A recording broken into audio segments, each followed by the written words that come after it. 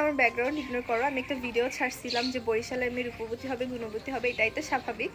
ওইটার কমেন্ট বক্সে এত কমেন্ট আসবে আমি ভাবতেও পারিনি যে বরিশালের মেয়ে বিয়ে করতে হয় না, এরকম ওরকম, এরকম ওইরকম, তারপর হচ্ছে বরিশালের মানুষ এরকম ওরকম, আমি কল্পনাও করি নাই। তো আমি পড়তেছিলাম, এখন হাসতেছিলাম, তো আমার মনে হয় আমার কিছু বলা উচিত এটার ব্যাপারে।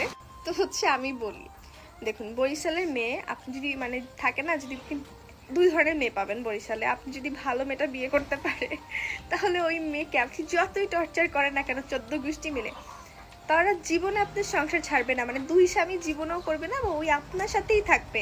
আপনার কথা আপনি যতই তাকে টর্চার করেন না কেন, আপনার কথা কাউকে খারাপ বলবে না, প্লাস হচ্ছে কেউ যদি আপনার কথা খারাপ বলে তাকেও মেরে ফেলবে, নিজেও মরে যাবে। এরকম আছে, এরকম টাইপের মেয়ে আছে।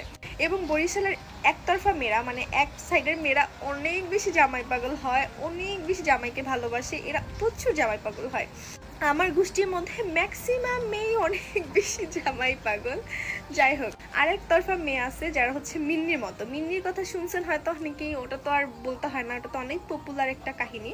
সো মিন্নির মতো আবার একতরফা মেয়ে আছে, যদি ওরকম হয় তাহলে কোপায় কাপায় আপনাকেও মেরে ফেলতে পারবে, বা আপনাকে শেষ ফিনিশ, আপনার সাথে বুনবেন আপনাকে ফিনিশ করে দিবে, এরকমও মেয়ে আছে।